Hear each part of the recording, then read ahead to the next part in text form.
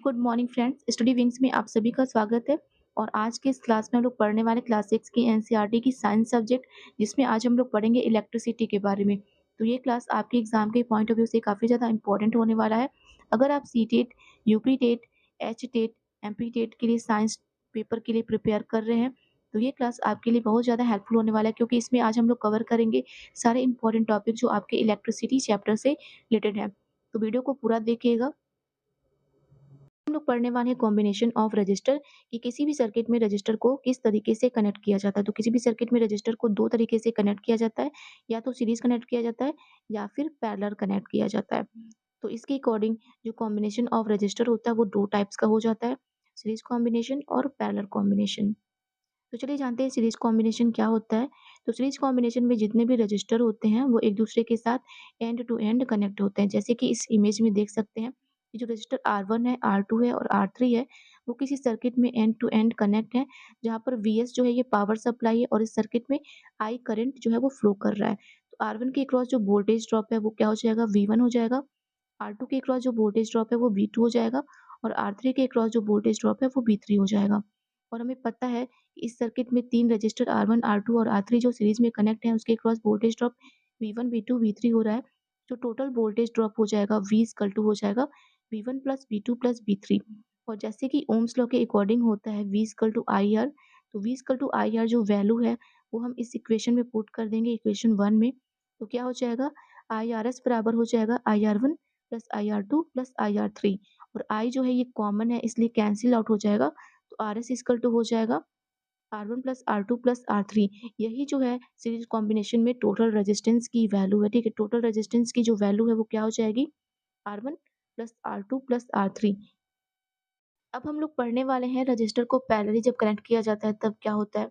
तो जब रजिस्टर को पैरेलल कनेक्ट करते हैं, तो रजिस्टेंस की जो वैल्यू होती है वो क्या होती है, सम ऑफ रेसिप्रोकल ऑफ रेजिस्टेंस हो जाती है।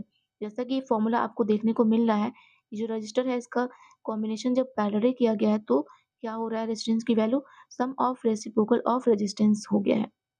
अब इसे फाइंड आउट कैसे करेंगे।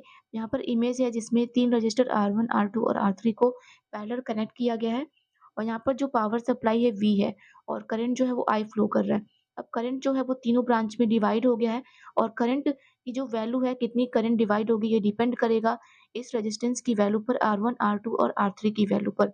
अब हमें फाइंड करना है टोटल रेजिस्टेंस। तो इसके लिए हमें क्या करना होगा, यहाँ पर देख लीजिए 3 register R1, R2, R3 connect है पैरेलल में, और यहाँ पर जो करंट है वो डिवाइड हो रहा है 3 पार्ट में, I equal to I1 plus I2 plus I3। अब यहाँ पर हमें ओम्स लॉ के according V equal to IR से I की वैल्यू जो है वो पुट करनी है। तो क्या हो जाएगा, I इक्वल टू हो जाएगा I equal to V upon R हो जाएगा, और यही V अपॉन R जो है वो हमें I equal to I1 plus I2 plus I3 में पुट करना है। तो जो टोटल रेजिस्टेंस है वो आएगा I 1 upon R equal to 1 upon R1 plus 1 upon R2 plus 1 upon R3। यही है टोटल रेजिस्टेंस जब किसी रजिस्टर को पैरेलल कनेक्ट किया जाता है। तो जो टोटल रेजिस्टेंस की वैल्यू है वो हो जाएगी 1 upon R equal to 1 upon R1 plus 1 upon R2 plus 1 upon R3। अब बात करते हैं यहाँ पर टोटल रेजिस्टेंस जो है, इसका मैंने इमेज लगा दिया है, तो आप देख सकते हैं। और ये जो है काफ़ी इम्पोर्टेंट फैक्ट है, और कई बार आपके एग्ज़ाम में पूछा गया है, ठीक है? सीटेट के एग्ज़ाम में पूछा गया है, यूपी टेट के एग्ज़ाम में भी पूछा गया है। तो बहुत ज़्यादा इम्पोर्टेंट है, इससे क्वेश्चन बनता है अगर आप साइंस से प्रिपेयर कर रहे हैं तो। अब बात करते हैं heating effect of electric current. Electric current का हीटिंग इफेक्ट क्या होता है। जब किसी भी सर्किट में इलेक्ट्रिक करंट फ्लो करता है, तो अगर उस सर्किट में प्योर रेजिस्टिव कंडक्टर है तो क्या होगा, इलेक्ट्रिक जो है एनर्जी जो है वो डिसिपेट होगी, एनर्जी जो है वो क्या होगी, लॉस होगी। और जो इलेक्ट्रिक एनर्जी है, विद्युत करंट की जो एनर्जी है वो किस फॉर्म में लॉस होगी, तो वो हीट के फॉर्म में लॉस होगी। ठीक है, हीट के फॉर्म में एनर्जी लॉस होती है।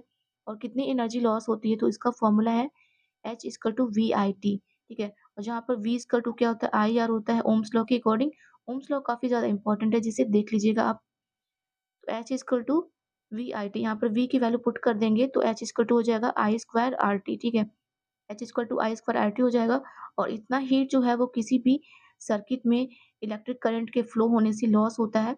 और ये जो एनर्जी लॉस होता है वो किस फॉर्म में लॉस होता है, तो हीट के फॉर्म में लॉस होता है। यही है इलेक्ट्रिक करंट का हीटिंग इफेक्ट।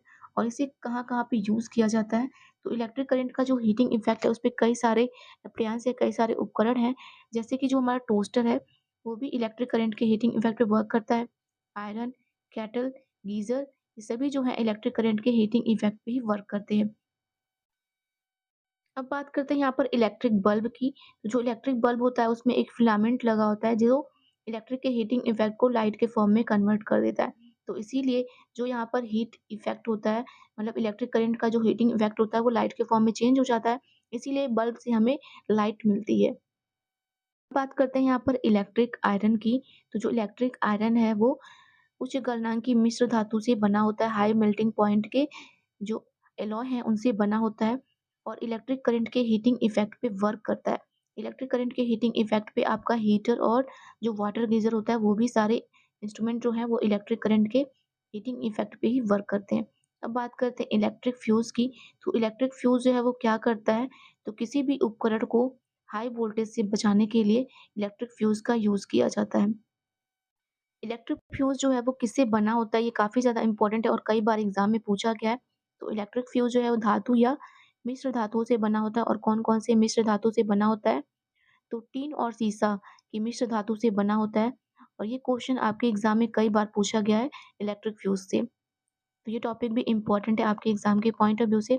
अब बात करते हैं इलेक्ट्रिक पावर की, तो इलेक्ट्रिक पावर की जो एसआई यूनिट होता है वो वाट होता है और इसका फ़ॉर्मूला क्या होता है? तो W is equal to VI जो होता है इसका फ़ॉर्मूला होता है और यहाँ पर जब W is equal to VI put करेंगे तो 1 वाट बराबर हो जाएगा 1 वोल्ट गुणे 1 एम्पीयर। अब बात करें 1 किलोवाट में कितना वाट होगा? तो 1 किलोवाट में 1000 वाट होगा और जो इलेक्ट्रिक एनर्जी की खपत है उसे किलोवाट घंटा में मेज़र किया जाता है और 1 किलोवाट घंटा में कितने जूल होंगे? तो 1 किलोवाट घंटा बराबर 1000 वाट गुणे 1 घंटा और 1 घंटे में 3600 सेकंड होता है, तो 1 किलोवाट घंटा की जो वैल्यू हो जाएगी 3.6 इंटू 10 टू पावर 6 जूल जो है वो 1 किलोवाट घंटा की वैल्यू हो जाएगी और ये काफ़ी ज़्यादा इम्पोर्टेंट है, कई बार एग्ज़ाम में पूछा भी गया है। अब बात करते हैं मटेरियल के क्लासिफिकेशन की, तो कंडक्टिविटी के बेस पे मटेरियल को 3 पार्ट में डिवाइड किया गया है। पहला कंडक्टर, सेमीकंडक्टर और इंसुलेटर। तो 3 पार्ट में डिवाइड किया गया है किसी भी मटेरियल को कंडक्टिविटी के बेस पे। अब बात करते हैं कंडक्टर की, तो कंडक्टर जो है इसमें करंट जो है वो ईज़िली फ्लो करता है और करंट ईज़िली क्यों फ्लो करता है? क्योंकि इसमें नंबर ऑफ इलेक्ट्रॉन्स जो होते हैं, फ्री इलेक्ट्रॉन्स वो काफ़ी ज़्यादा होते हैं। फ्री इलेक्ट्रॉन्स की संख्या अधिक होती है, रेजिस्टिविटी जो है वो कम होती है, इसलिए करंट इसमें ईज़िली फ्लो करता है। अब देखते हैं कौन-कौन सी एग्ज़ाम्पल है कंडक्टर की, तो कॉपर, ब्रास, स्टील, गोल्ड और एल्यूमीनियम। साथ में जो सिल्वर है, वो भी एक कंडक्टर का ही एग्ज़ाम्पल है और कंडक्टर को हिंदी में क्या कहा जाता है?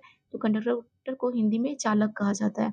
अब बात करते हैं इंसुलेटर की, तो इंसुलेटर में जो क्या होता है, करंट ईज़िली फ्लो नहीं कर पाता है क्योंकि नंबर ऑफ फ्री इलेक्ट्रॉन्स जो है इसमें कम होते हैं, रेजिस्टिविटी ज़्यादा होती है इसलिए करंट ईज़िली फ्लो नहीं कर पाता है। मतलब इसमें बहुत ही माइनर करंट फ्लो करता है और इसकी रेजिस्टिविटी हाई होती है।